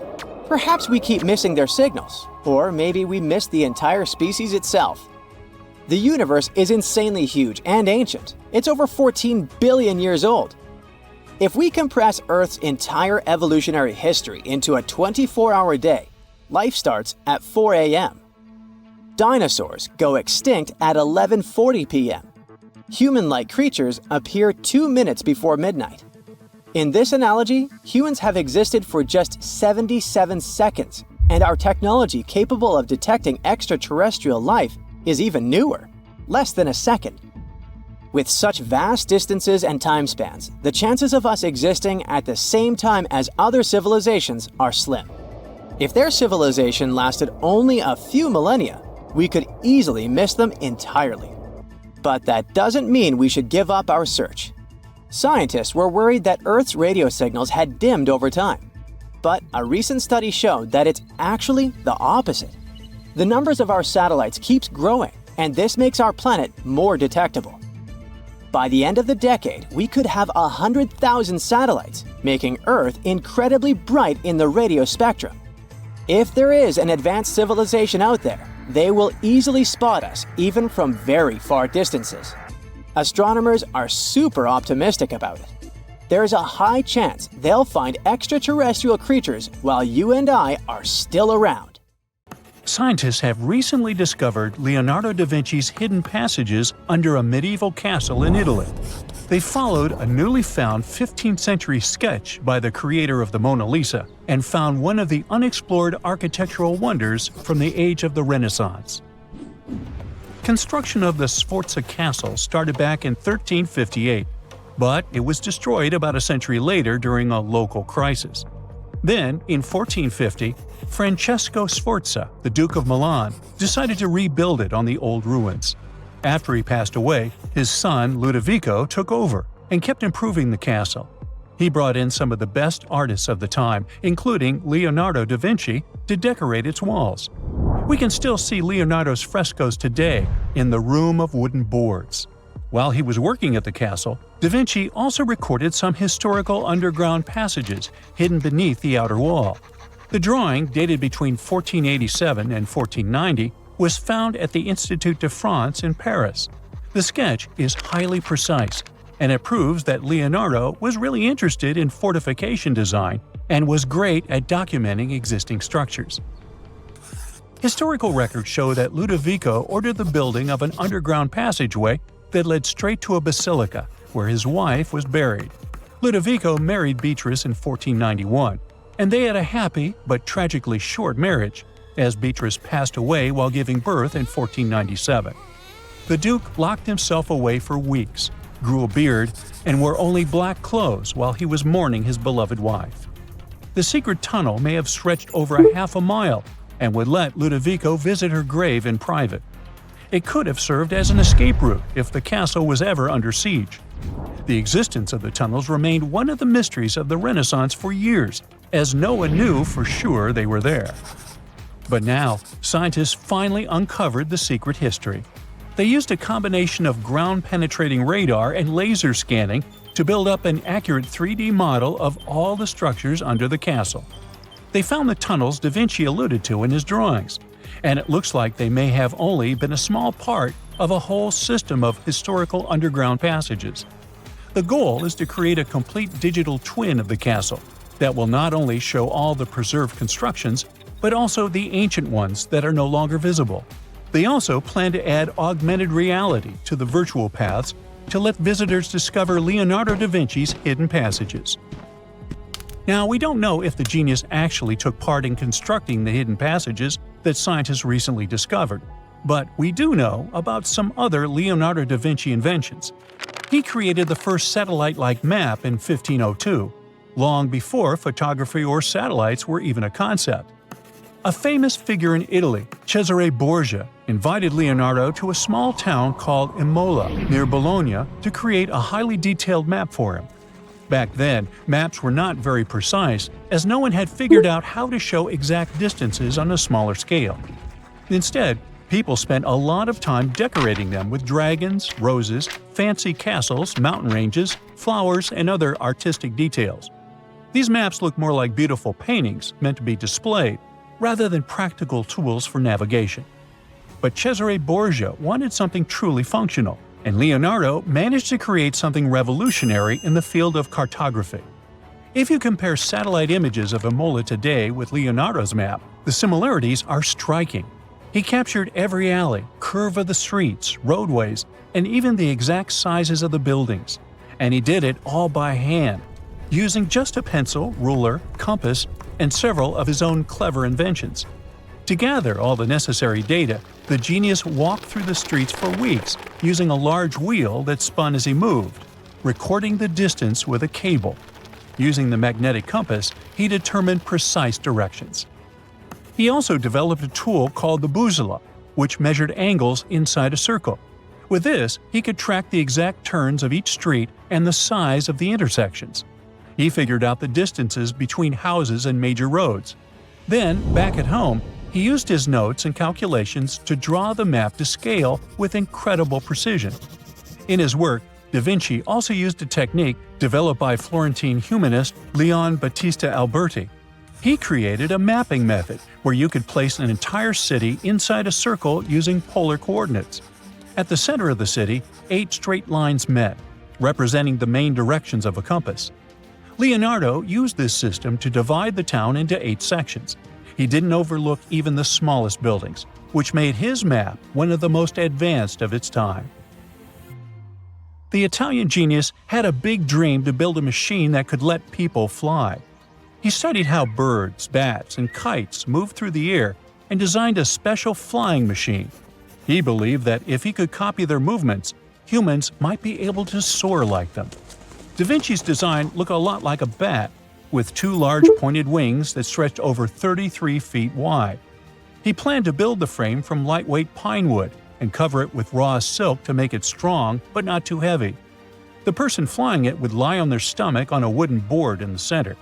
To make the wings flap, the pilot had to pedal a crank with their feet, which was connected to a system of rods and pulleys. There was also a hand crank for extra power and even a headpiece to help steer. As the person moved their hands and feet, the wings would flap and twist, just like a bird's. But there was one big problem. Humans aren't strong enough to make the machine lift off the ground. Even though it might have worked once in the air, there was no way for a person to get it flying on their own. Leonardo probably realized this, but his amazing idea still inspired flying machines that came centuries later.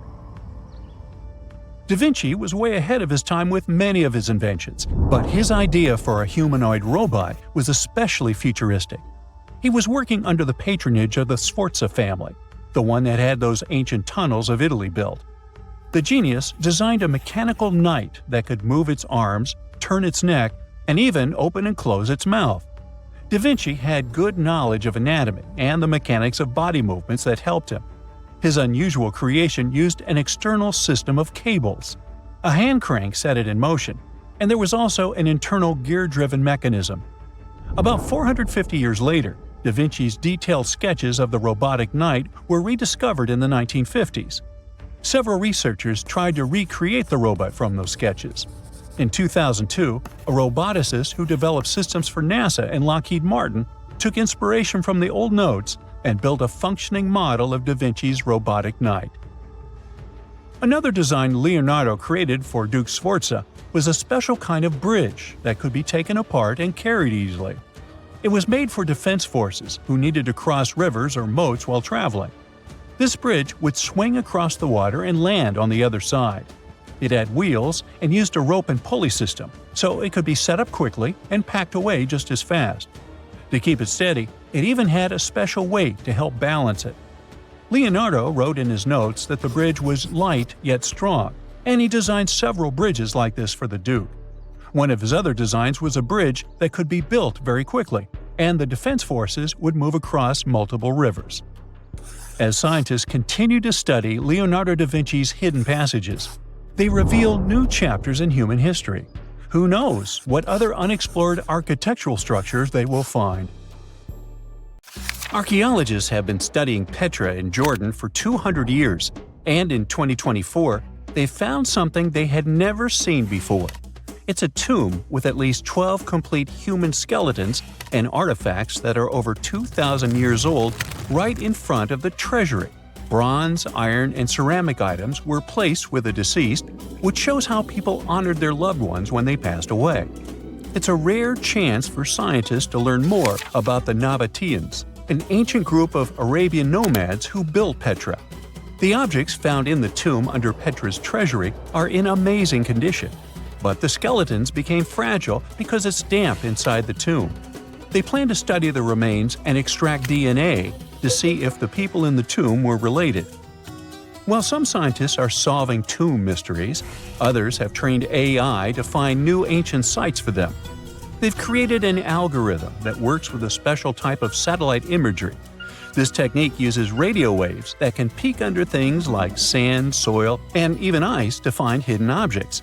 AI will help search a huge desert on the Arabian Peninsula called the Empty Quarter for archaeological treasures. The lead scientists of the experiment trained the algorithm to recognize hidden locations using data from a site they had found before. The new tech can discover buried structures within 20 inches, which is very precise. Another groundbreaking tech, LiDAR, which means light detection and ranging, helped archaeologists reveal new hidden cities all around the world. LiDAR can see big structures beneath layers of vegetation and map even subtle changes in ancient landscapes. They use it to scan large areas from a small plane flying over places that aren't so easy to study from the ground, like dense jungle. In 2024 alone, they found new Maya settlements in southern Mexico, gardens, roads, and rivers in Ecuador's Amazon rainforest, ancient ruins on the Pacific island of Tonga, and the remains of 2 medieval cities along the Silk Road route in Uzbekistan. Maybe some smart technology can also explain what Marge Simpson is doing on Earth in an ancient Egyptian tomb from 3,000 years ago. The drawing, featuring a woman with yellow-colored skin, a blue crown, and a green outfit, is alarmingly like the famous cartoon character. If you don't see a resemblance here, I hope you'll at least enjoy an amazingly well-preserved necklace with amethyst and agate beads. It's from another recent find from Egypt, an ancient tomb with 11 sealed burials near Luxor. Archaeologists also found 2 copper mirrors, one with a lotus-shaped handle and the second with a unique design of the deity of the sky, women, fertility, and love in ancient Egypt. The hair of the figurine was originally made from almost 4,000 mud beads. Another awesome find from 2024 is an ancient Greek shrine with intact burials, a sarcophagus, and plenty of gold inside. They think it was built before the year 300 before the Common Era, and the marble lions, also found inside, were made from the same marble as the Parthenon in Athens. Greece is so full of ancient treasures that the city of Thessaloniki will house around 300,000 of those artifacts in their new subway system. Meanwhile, archaeologists in France have found a monument unlike any other, and they can't figure out what it was used for.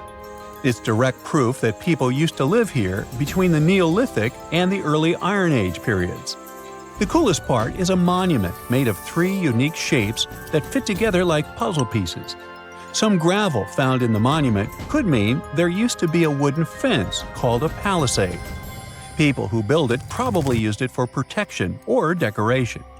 The team studied the layers of soil around the monument to learn more about its origins. The only tools found so far were sharp flint stones, not the cartoon characters, which were used during the Neolithic period. The next step will be radiocarbon dating to figure out exactly how old the site is. Now, the oldest saddle ever found so far was found in the grave of a woman near the edge of the Taklamakan Desert in northwest China. This saddle is the oldest ever discovered.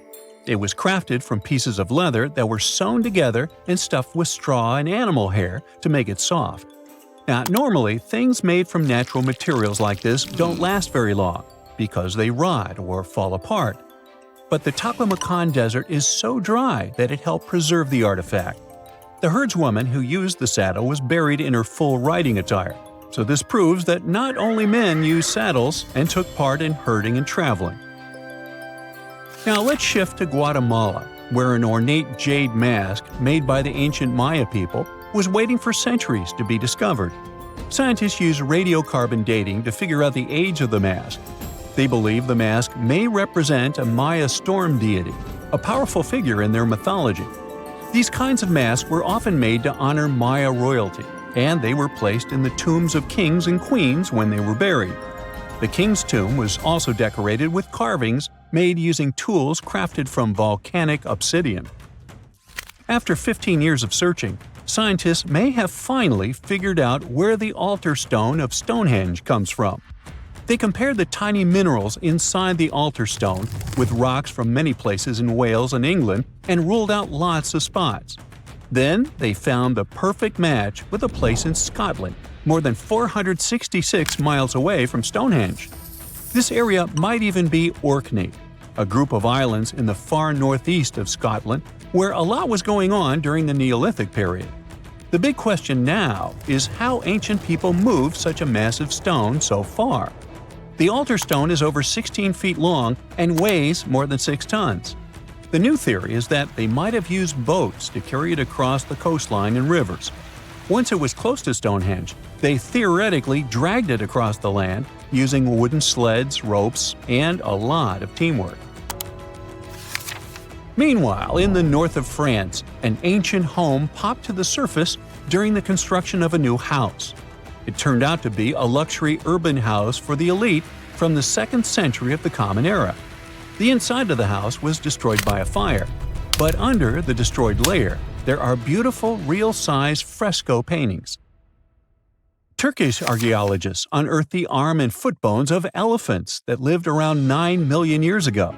They also found fossils of early horses, giraffes, and even saber-toothed cats. They've already identified 43 distinct types of animals from this site and collected more than 4,000 fossils.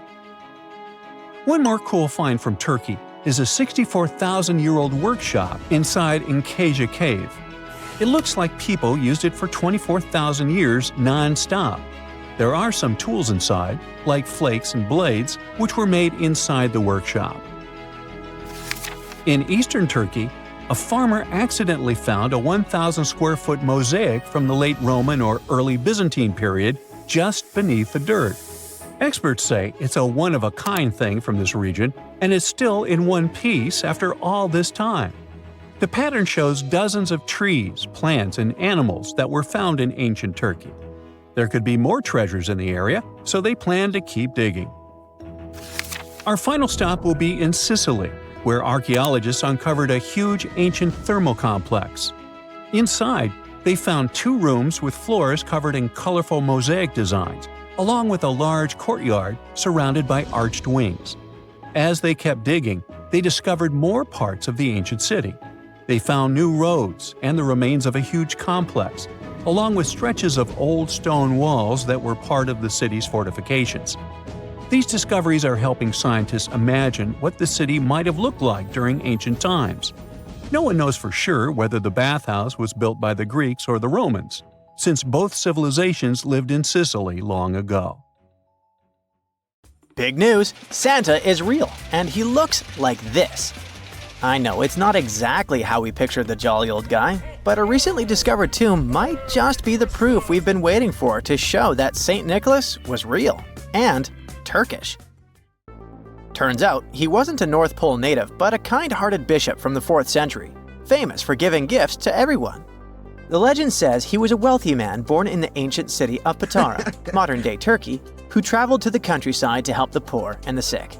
For centuries, though, people couldn't be sure he actually existed. Some historical sources say he was buried in Myra, which is now called Demre, Turkey. Since the 80s, archaeologists have been digging around this area, trying to prove it. And now, their Christmas miracle has finally come true. After digging 6 feet deep in an annex of St. Nicholas's church, they uncovered a mysterious limestone tomb, about 2 meters long. While they're pretty sure this is St. Nick's final resting place, they're still searching for an inscription to confirm its exact age. Now, if we're talking about the fictional Santa Claus, legend says his home is in Lapland, Finland. Back in 2018, archaeologists made an interesting discovery that could finally prove that Santa was real. They were digging at a site called Tiny Aro when they stumbled upon about 200 burial pits. But when they looked inside, there was definitely no sign of Santa. Actually, there were no human skeletons at all, just a bunch of things like pottery and animal bones. So no one really knows what this place was. That was the complete opposite of what happened with a group of archaeologists working in the ancient city of Petra, Jordan. Since 2003, there have been rumors about hidden chambers beneath the famous monument called Al-Khazneh, also known as the Treasury. 21 years later, a team finally decided to dig and uncovered an intact tomb. Inside, they found at least 12 human skeletons and artifacts, estimated to be over 2,000 years old. Hundreds of thousands of tourists travel to Al-Khazneh every year, and most of them probably go there to see the site of the Holy Grail in the movie Indiana Jones and the Last Crusade. So, do you want to know the funny part? One of the skeletons in the tomb was clutching a ceramic chalice that looked a lot like the Holy Grail. You probably remember the devastating fire that caused massive damage to Notre Dame in Paris back in 2019. Because of that, the building, originally built between the 12th and 13th centuries, had to be restructured. But archaeologists saw it as a golden opportunity to dig into the site and uncover its hidden secrets. The team was only allowed to dig about 16 inches beneath the floor, but that was enough. As soon as they removed the floor tiles and cleared away a thin layer of dirt, they spotted the top of a lead coffin. Then, they found some limestone sculptures, including life-sized heads and torsos. Altogether, they uncovered over 1,000 fragments of different works of art. Ancient statues have been found in the most random places, including a sewer. In July 2024, Bulgarian archaeologists were checking a Roman sewer in the ancient city of Heraclea when they found a nearly 7-foot-tall marble statue of Hermes, the Greek messenger deity. This town was completely devastated and abandoned after 2 earthquakes, one in the year 388 and the other in the year 425. But somehow, it didn't destroy this statue. In fact, its head was found in surprisingly good condition. Finding ancient artwork is definitely fascinating, but imagine stumbling upon an entire hidden city in the Amazon rainforest. Using high-tech lasers, researchers uncovered a lost civilization with thousands of structures and a whole network of roads, canals, and houses, all buried beneath the dense jungle. This city was built around 2,500 years ago, in an area located in the shadow of a volcano, which, by the way, could have erupted and destroyed this civilization at some point. It's hard to say exactly how many people lived there, but experts estimate they stayed up there for about 1,000 years. This discovery proves ancient people also had huge organized cities in the middle of the Amazon. A similar thing happened in Campeche in southern Mexico. An archaeologist was doing some research on the internet when he accidentally discovered a hidden Maya city. This area, now called Valeriana, was huge, about the size of Edinburgh, the capital of Scotland. It had pyramids, sports fields, amphitheaters, and paths connecting different districts. Thanks to satellite images, archaeologists uncovered an entire unknown civilization from the Bronze Age. They were checking out aerial images when they discovered 100 prehistoric settlements in the Pannonian Plain, a region that includes parts of what's now Serbia and Hungary. The people who lived there are now known as the Titsa site group, and it looks like they were a pretty well-organized society, skilled at growing food, hunting, and fishing. Google Earth helped a team to uncover a mysterious set of 400 ancient gates in Saudi Arabia. These gates, scattered across the desert, are thought to be from thousands of years ago. They're made of stone and arranged in weird formations that have left archaeologists scratching their heads. I mean, they don't look like they were meant for funerals, and they don't seem like structures where people lived. So, we still have no idea what they are. Technology is really changing archaeology. Thanks to artificial intelligence and, well, a $1 million prize, we've finally been able to decipher part of an unreadable and super damaged ancient scroll. The Herculaneum scrolls were discovered by workers digging up the ancient town of Herculaneum near Pompeii in 1752. But their condition was so bad that, for years, they were considered indecipherable. Thankfully, AI has helped unveil their secrets. Based on the studies so far, experts believe that one of these scrolls was written by a philosopher who valued pleasures, like music and food, above all else. No doubt, Stonehenge in England is one of the most mysterious places on Earth. Some theories even suggest it was built by extraterrestrials. After more than a century of research, archaeologists are still figuring out how it came together. See that big altar in the middle? Turns out it came all the way from Scotland. And that's pretty wild, considering this massive sandstone block weighs over 6 tons, and the people who built Stonehenge more than 4,000 years ago didn't have the luxury of wheels or modern tools. We can find some pretty amazing stuff in the oceans too. In 2013, a mysterious shipwreck was found about 20 feet underwater off the coast of Kenya. At the time, no one knew where it came from, but now, researchers are pretty sure this could be a ship from Vasco da Gama's fleet. You know, the famous Portuguese navigator, best known for being the first to sail from Europe to India by rounding Africa's Cape of Good Hope. If it's confirmed, this shipwreck could be one of the earliest European shipwrecks in the Indian Ocean. Ancient treasures can take many forms, including a bottle. Recently, archaeologists in Norway uncovered a 150-year-old message in a bottle during an excavation of a Viking burial mound. The bottle contained a letter written by Anders Lorange, an archaeologist who worked on the site back in the 1800s, along with his business card and a few coins wrapped in paper. The letter gave some details about the excavation, though it seems Lorange got a few things wrong, like the exact number of Viking shields discovered. At the end of the letter, he wrote a personal note in runic script, "Emma Gade, my girlfriend." So it gave us not only insights into history, but also a peek into his love life.